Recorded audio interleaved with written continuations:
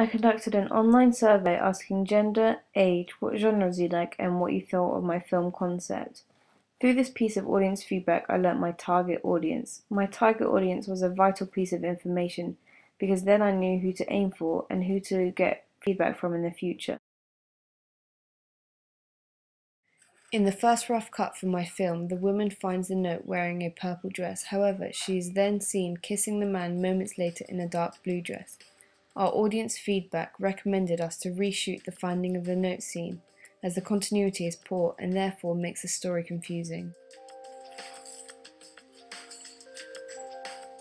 Another issue that was raised was the soundtrack we hear when the woman gets ready for work. We were told the music did not fit, so we changed it by making it more sad and mellow.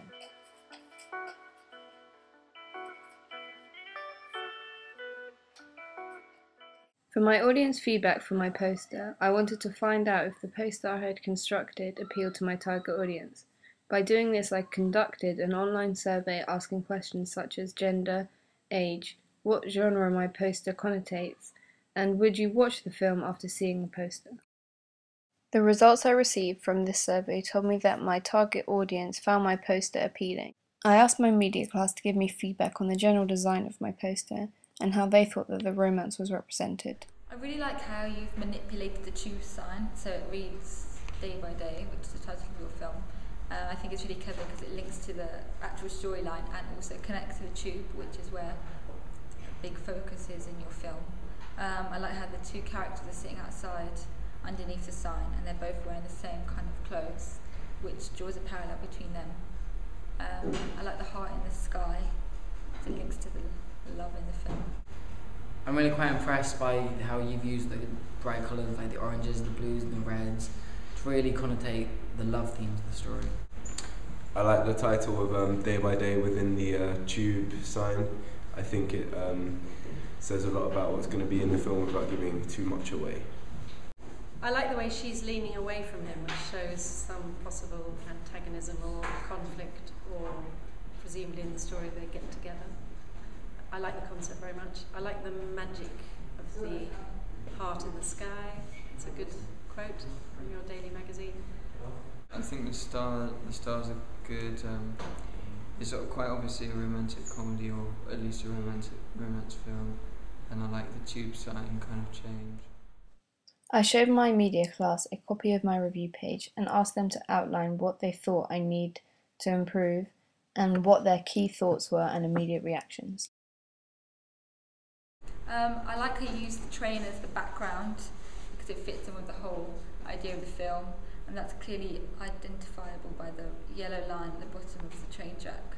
I like the colours, the whole tube sign theme. I think it's an interesting way of doing a review page because you have lots of pictures and they're all quite good, relevant pictures. So you get you learn a lot about the film in that way. I love that photograph of Louise. It makes me really interested to go and see the film. What's she looking at? What's her character? She looks very kind of intelligent and interesting. She's reading Wuthering Heights. It's clearly a romance.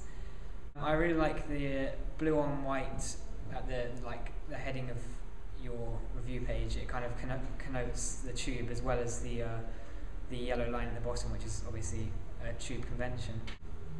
I like the pictures, the variation of pictures. I think the Mind the Gap title does confuse the audience as to what the title of the actual film is. I'm not sure what the film's called from that review page. Some people were confused about the heading of my review page as the actual title of my film was unclear. To fix this, I reduced the title Mind the Gap and enlarged Day by Day. I would say the font towards the bottom gets a little bit difficult to read as it goes over the red. I think that the way that you've laid out the text is interesting, but it doesn't really follow typical conventions of feature pages, and there's no columns defining it, so I would think about that.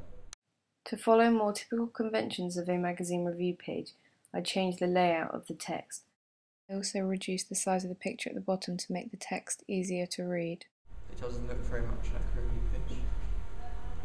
There could also be page numbers, as if it was in a real magazine. In order to make my review page look more like a real Medium model, I added page numbers, picture captions, and a final verdict. Based on my audience feedback, this was my final review page.